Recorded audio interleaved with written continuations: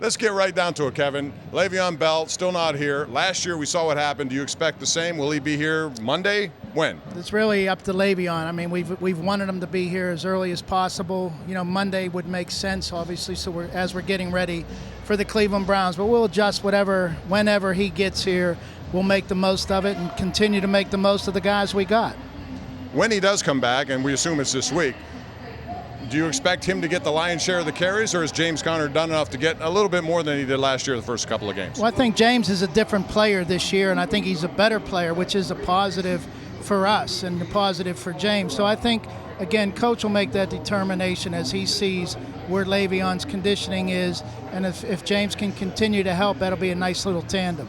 Jalen Samuels, another kid who's done well. He got a nice bit of work last week. Has he secured his spot? And how many running backs do you normally go with at this point? Usually we have 4 or 5 on the active roster, and Jalen did a nice job last week of really starting to solidify himself as a runner. He's picked up his protection. The receiving ability's always kind of been there, so it was good to see him get some running done last week, and he'll work some tonight to see if he can continue it. All right, quarterbacks are always interesting. People love to look at it. You're a very luxury position here. You have 4 good ones. Landry Jones right now etched, I guess, as the backup. But is it set in stone? Because if Josh Dobbs does something good here tonight, this is an opportunity, I'm sure, for him to not only show you guys, but show other people what he's capable of doing. Yeah, Joshua's been awesome this whole preseason. You know, the spring, he was a little bit off and on, but as the preseason game started, he's played very well. He's going to get the start tonight.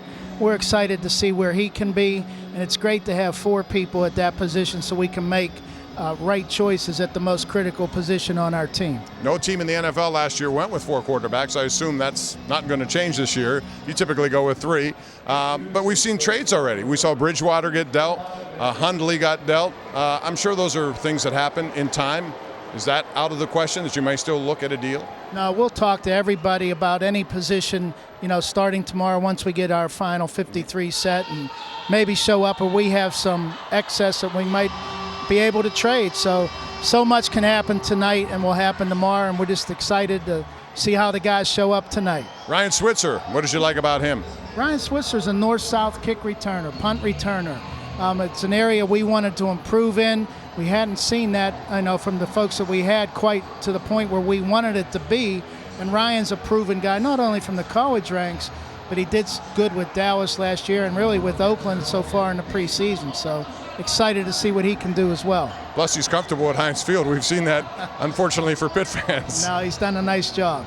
Let's talk about defense. You know, unfortunately, you were dealt with the Ryan Shazier injury. You brought in John Bostic. Has he been what you wanted him to be? And how many of these young linebackers have a shot here to make your roster? Yeah, John's done a nice job. You know, he's coming in from Indianapolis, but he had been with a few other teams prior to that.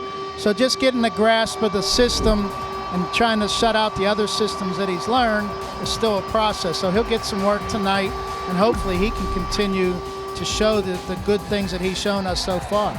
Openings are out there. Matthew Thomas, Oli Adene, both have impressed you, I imagine. Do both have a shot? Absolutely. I mean, it's tough for a college free agent to come in. Both those guys have done some things to obviously open our eyes.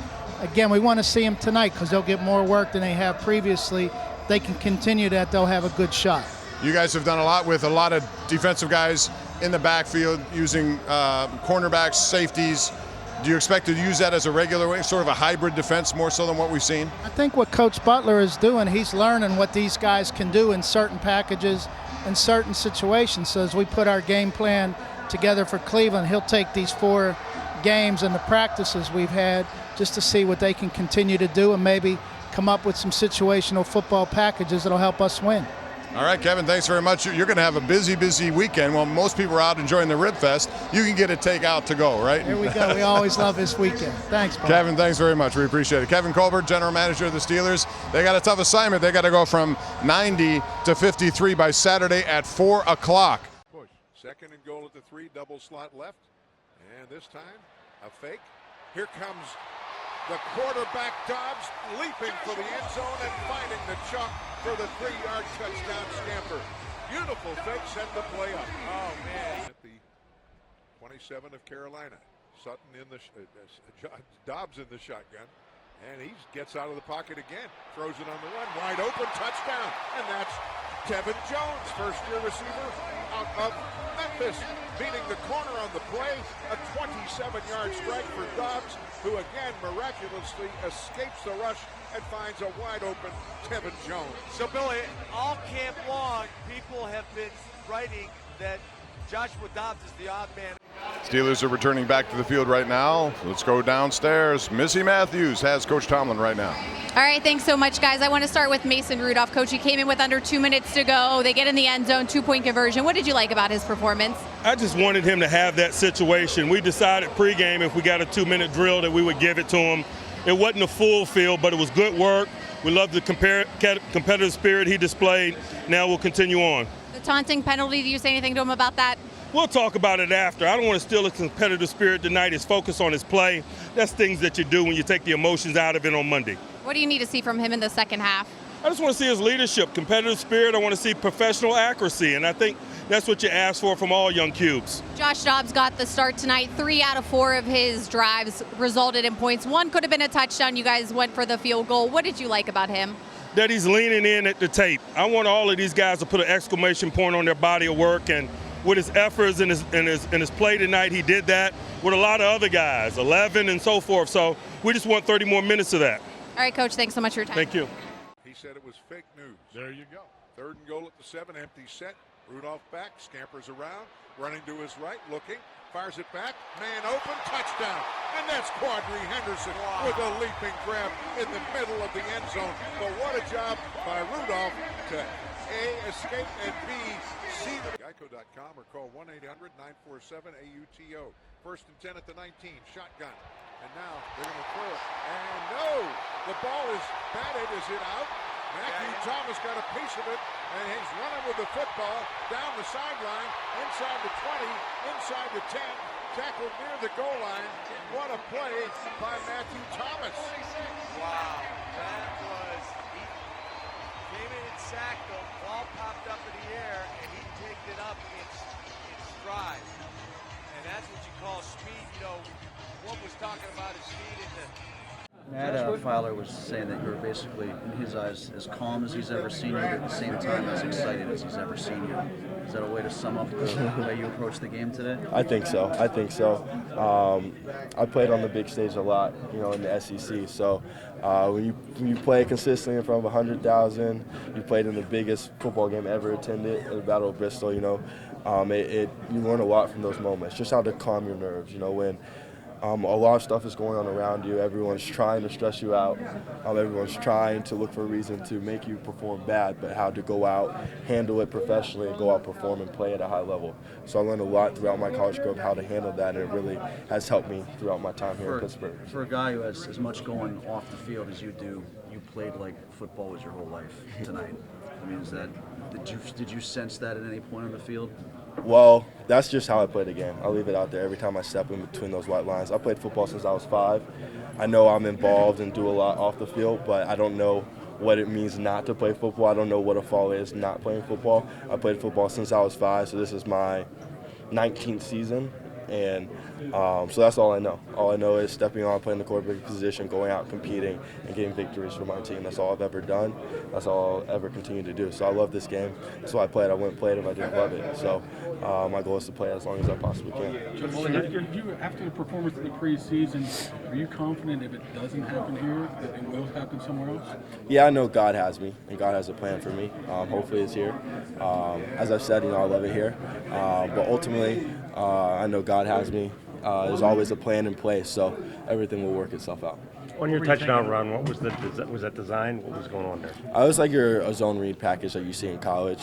I'm able to implement it a little bit throughout the preseason. So I was able to get a pull key, and then you could just turn one-on-one in space. Whoever wants those blades of grass going to score, you got to make it happen. So I've done that a lot in college, so it's cool to be able to do that here. Tonight was good, but I think still got a lot of room to grow. I think I have made a lot of improvement.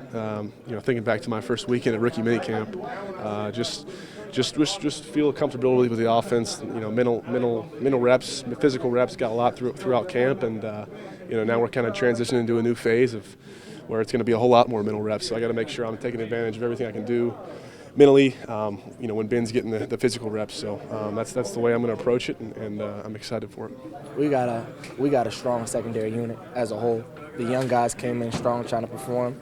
Then we had the veteran guys. They showed us the way pretty much. So we really were out there trying to just add on to the Steelers tradition, just trying to keep it up and help out the DB room the best way we can. This is the everyday grind, the competitive nature, the way guys compete, the way guys hold each other accountable.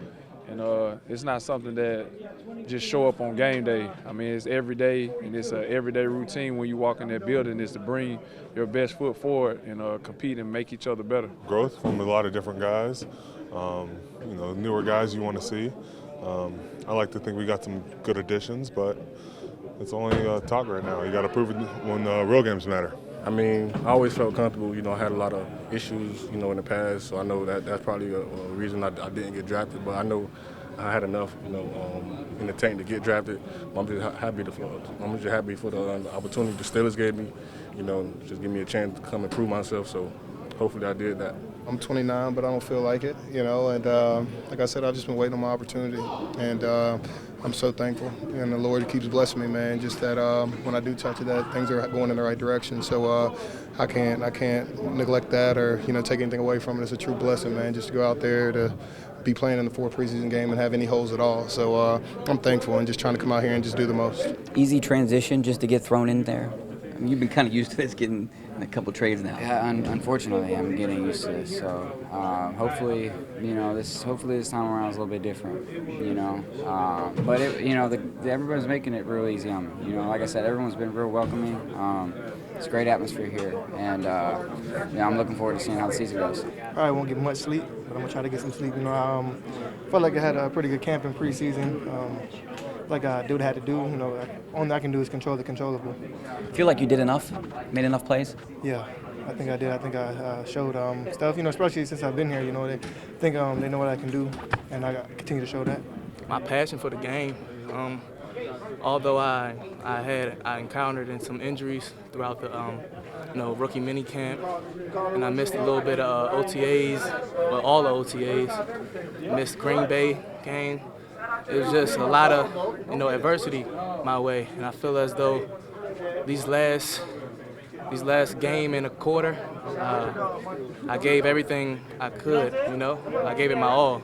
When I play a game of football, I play with passion, as you can see on the field, and that's how I play every game. I can't hold that back. What's it going to be like? This locker room's going to change a lot. Honestly, I don't know how to put that through my head. People have been saying that this whole week.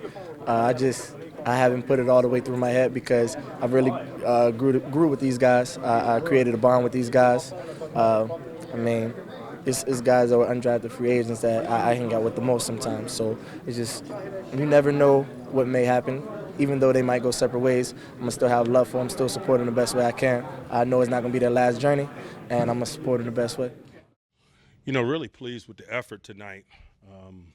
It's been a long and very competitive process dating back to the spring, and we talked all week openly about leaning in at the tape and really putting an exclamation point on your work individually and collectively, not waning. And I thought largely, man for man, the guys did that in a big way.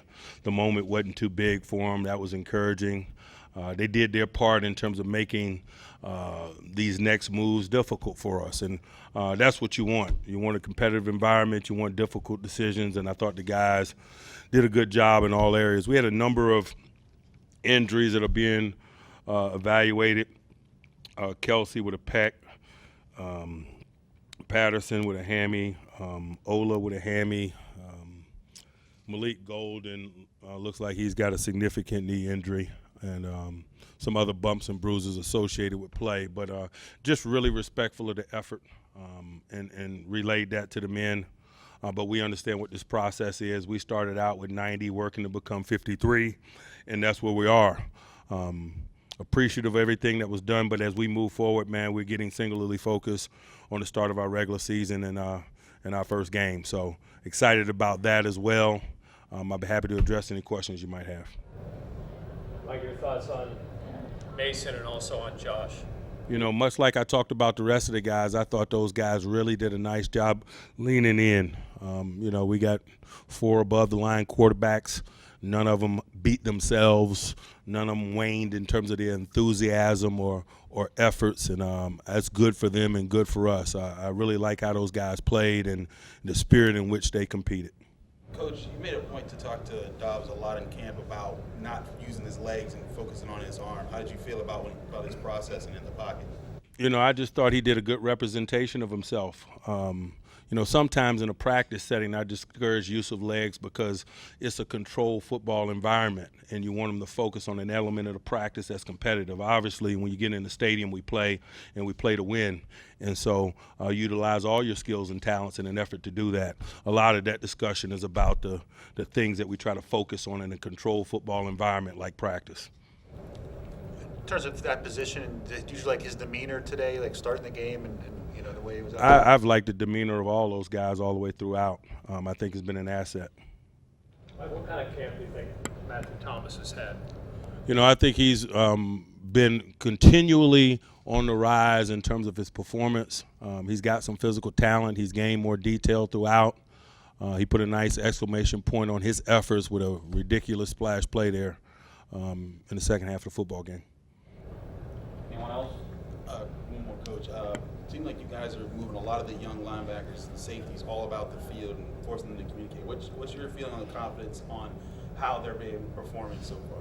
You know, it's been some good, it's been some bad, but such is life when you're talking about the group of people that you're talking about in today's NFL, the coordination, the communication necessary with the myriad of things that you see. It hadn't been perfect, but I like the efforts. And we need to continue to grow in those ways and continue to work to challenge them in those ways because we know what the journey holds for us in that regard. Do you feel like you've got more clarification on the new rules? You know, I do, but I think that we're all going to continually get comfortable with rule changes and points of emphasis even into the regular season. That is not unusual. That's every year. But that's why they call them rule changes and points of emphasis.